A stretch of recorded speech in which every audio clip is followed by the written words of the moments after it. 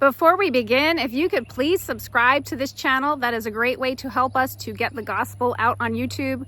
We have no plans on monetizing this channel, and a great free way that you can support us is by subscribing, liking, commenting, and sharing.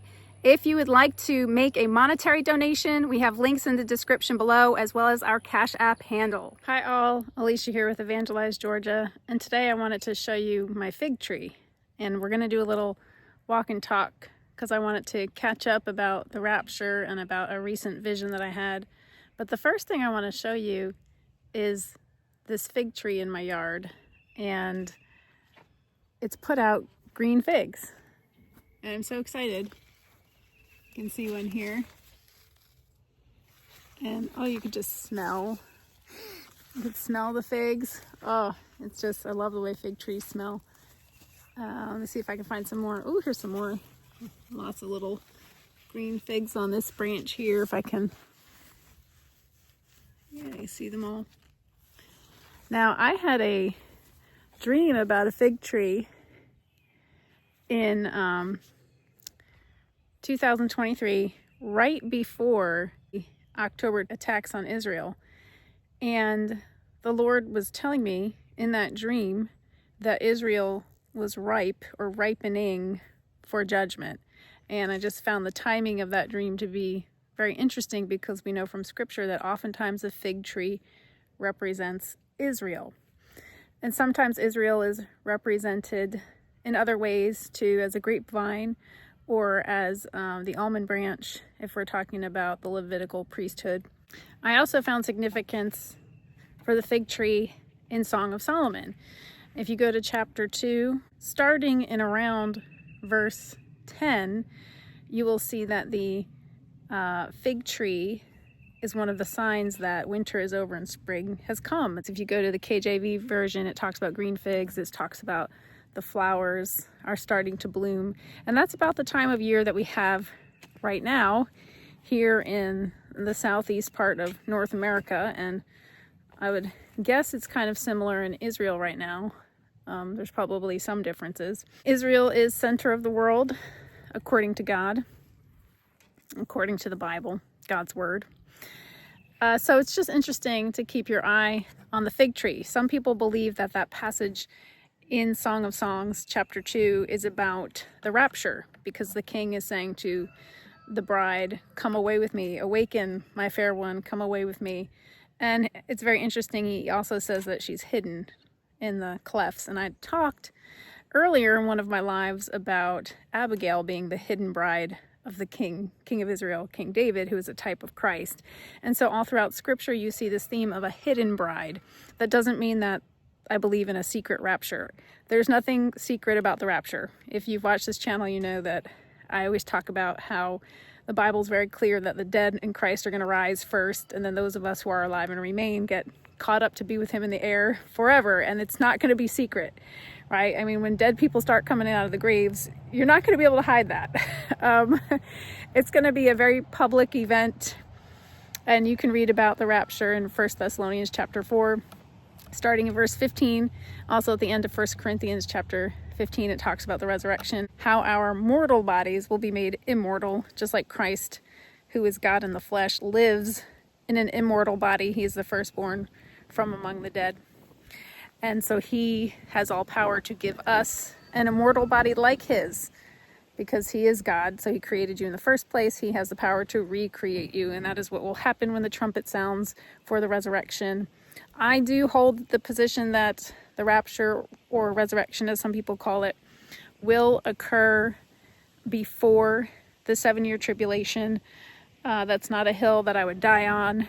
I do think there is much evidence in the Old and New Testament, just much typology for a pre-tribulation rapture. But anyway, I'm not making this video to argue that. I am making this video to talk about the rapture some, because many believe that now is a high watch time. If you are following the Dead Sea Scroll calendar, or just following the Jubilees, or the cycles of 50 years or 49 years, depending on how you're counting, from when Christ was crucified till now, it's very apparent that we are at the end of the age of grace. And if you have no idea what I'm talking about, don't worry. You can go and look up prophetic calendars. You can look at Ken Johnson's page, or you can go to God a Minute or to Dr. Barry Awe. They've all done extensive research and videos on God's prophetic calendar. I have for a long time thought that the rapture would happen at some point between 2025 and 2075 based on the Jubilee cycle and the Dead Sea Scroll calendar. But there's also several different versions of the Dead Sea Scroll calendar. All of that is to say, many people think that Passover, which is the season that we're in right now, is a high watch time for the rapture. Some people believe that Christians, those who are in Christ, will be resurrected, the dead first, and then those who are alive get our resurrection bodies on Resurrection Day, so on the same day that Christ was resurrected.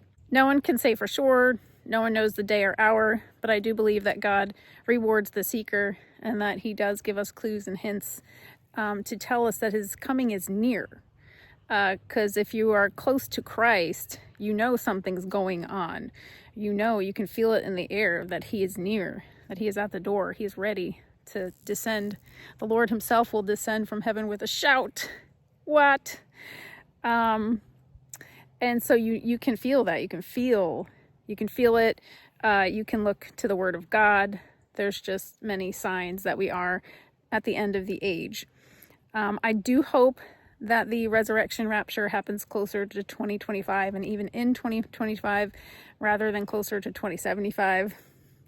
But it's going to happen whenever God wants it to happen, not when I want it to happen. I do try to keep up with the Jewish calendar some. I do think there is a strong argument for a springtime rapture for this time of year, where the flowers are just blooming and the fig is putting off green figs. I also think there's a lot of evidence for a summertime rapture, closer to Pentecost, which would be the birth of the church, or a little deeper into summer with the Feast of New Wine. Again, I don't know for sure, but I inquire of the Lord all the time, and I'm always asking him, teach me to number my days, that I may gain a heart of wisdom. And I'm not asking him to tell me the exact date of the rapture. What I am asking him is to confirm to me what I should be doing. Give me wisdom. Do I start a long-term project that's going to take many, many, many, many, many, many years? Or do I plan for the short term? Because I don't want to be planting and building when Jesus is getting ready to come back. I want to be found busy about the Lord's business.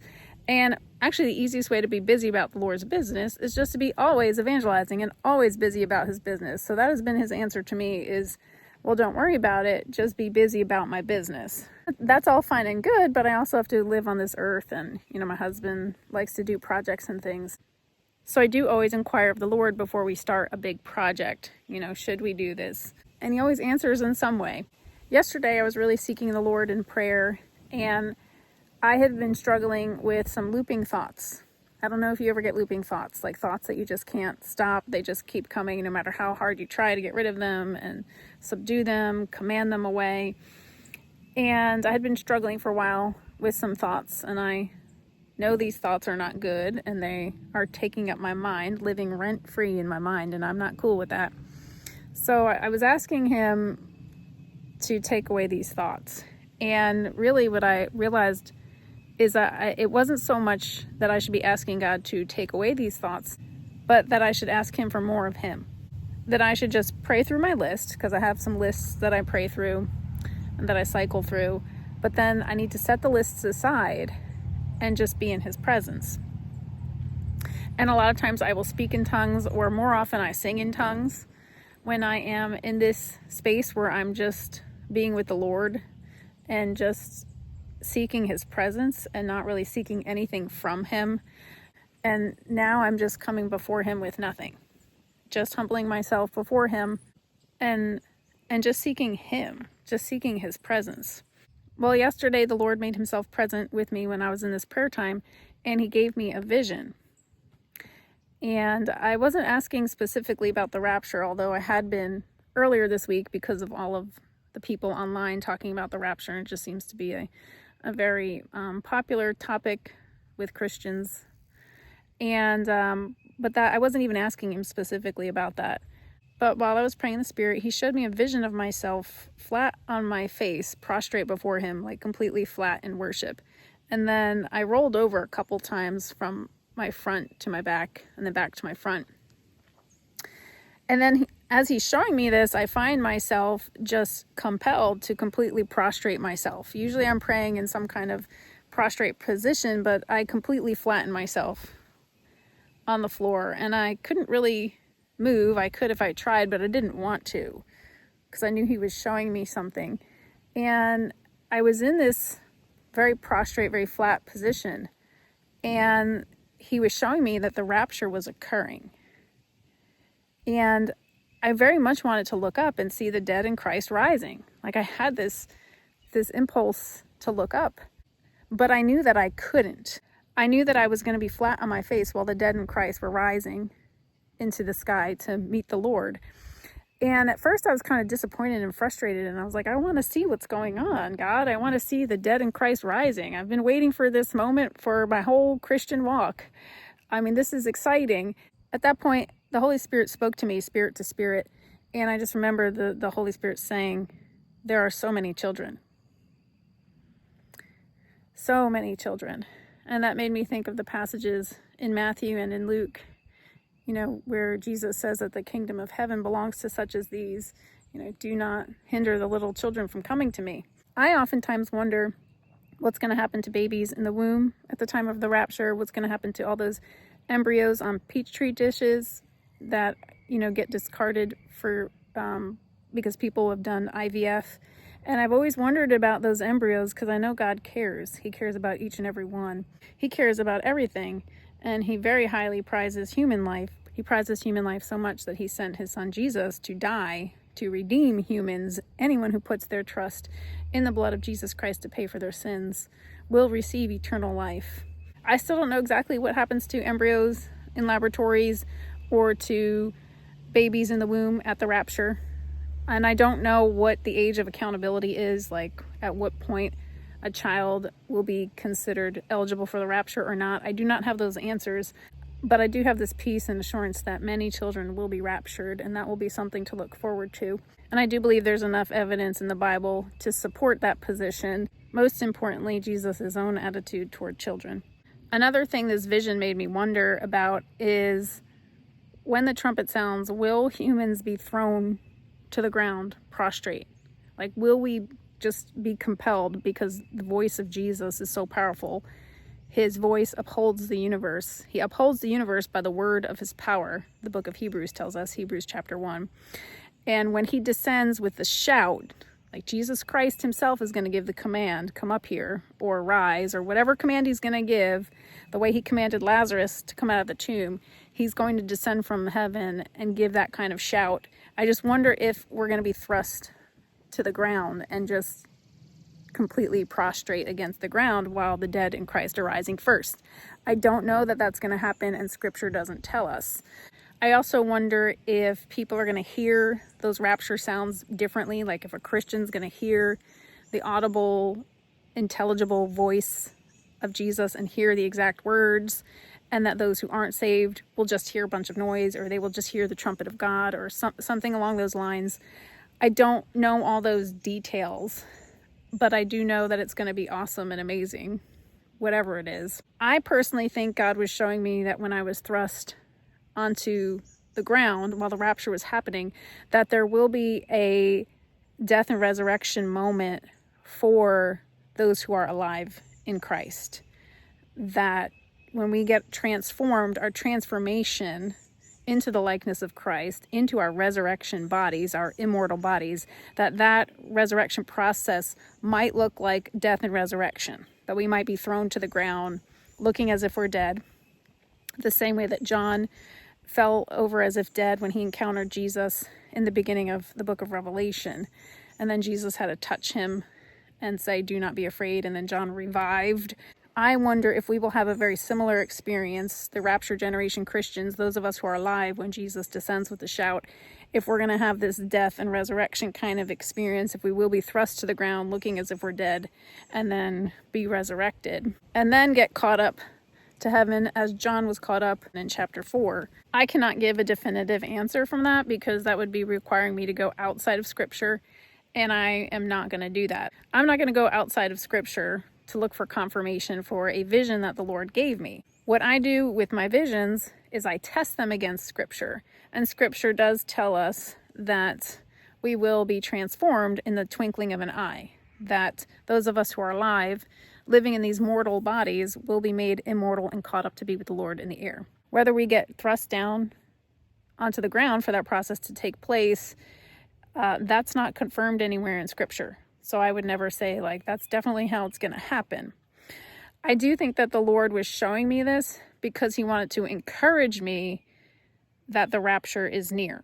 I don't think the point of what he was revealing to me was to give me specifics about the rapture, but it was just to encourage me that Jesus is very near, that the end is way closer than we can think or imagine. And it was also to assure me and give me comfort about children being raptured. And that, I do believe there is biblical evidence for that. So I can say with surety that the Bible does talk about the kingdom of heaven belonging to such as these. You must enter the kingdom of heaven like a child. You must have that humility and that complete trust that Jesus Christ is God in the flesh, and that he died for your sins, was buried and resurrected, and that he's the only way. And you have to have that childlike, not childish, trust. But you have to enter the kingdom like a child. You cannot be proud and think that you can enter the kingdom on your own, that you don't need the blood of Jesus, that you're just fine without Jesus, that God will just accept you the way you are. That right there, that kind of thinking is stinking thinking. That's prideful. That is not having childlike faith. And that kind of thinking will set you on path for the lake of fire for all of eternity, where you will be tormented in the place that we call hell. And it's terrible. No one has to go there. Jesus died so that anyone could have access to heaven. You just have to humble yourself like a child. And you just have to receive what he did for you. Okay? And once you receive that, he's going to transform you. He's going to give you power over sin. So you may not want to give up your sin right now. You may think that it's impossible for you to stop sinning, but it's not. And once you receive Jesus, if you could just receive Jesus like a child, he will give you that victory over sin because he already won that victory on the cross. It is finished. He won victory over sin, death, hell on the cross. And you just have to receive it like a child. So I think the reason why God let me see the details that I did was so that I could encourage you, because the reason why God gives us visions is A, for his glory, that he will be glorified. And I give him all the praise and glory for any visions. I don't take any credit for them. He doesn't give me these visions because I am holy. No, he gives visions because he is holy. And he wants to edify the church. He wants to build up believers. And he wants to grow the church. If there's anyone out there watching this who isn't saved, right? This is your opportunity. Put your trust in Jesus. Call on him. Call on Jesus. Say, Jesus, I need you. Jesus, I want you. Jesus, please forgive me of my sins. Please be my Lord. Baptize me with the Holy Spirit. Seal me for the resurrection. Call on him. Turn to him for anything in your life. Anything and everything. And so that's the reason why I believe God gave me the details that he did. It was so that I could come out here, make this video, and encourage you that the rapture is near. Because we are supposed to comfort each other. That's what the book of 1 Thessalonians chapter 4 tells us, to encourage each other with the nearness of the resurrection, our day of resurrection. And so that's why I believe God gave me that vision. And so I do pray that this has been an encouragement to you. And I speak blessing over you in the name of Jesus. I speak salvation over you. If you do not have salvation, I plead the blood of Jesus over you, over your household, right now in the name of Jesus. I pray that today would be the day of salvation for you. That you would realize that Jesus made you, died for you, and that he's the only one who can remake you, recreate you brand new. You are a new creature in Jesus Christ. If anyone out there is feeling in bondage to anything or needs freedom, I pray that the Holy Spirit fills you overflowing, because where the Spirit of the Lord is, there is freedom. And if anyone needs healing, I speak healing over you in the name of Jesus. Be healed in the name of Jesus. Be filled with the Holy Spirit in the name of Jesus. I love y'all so much.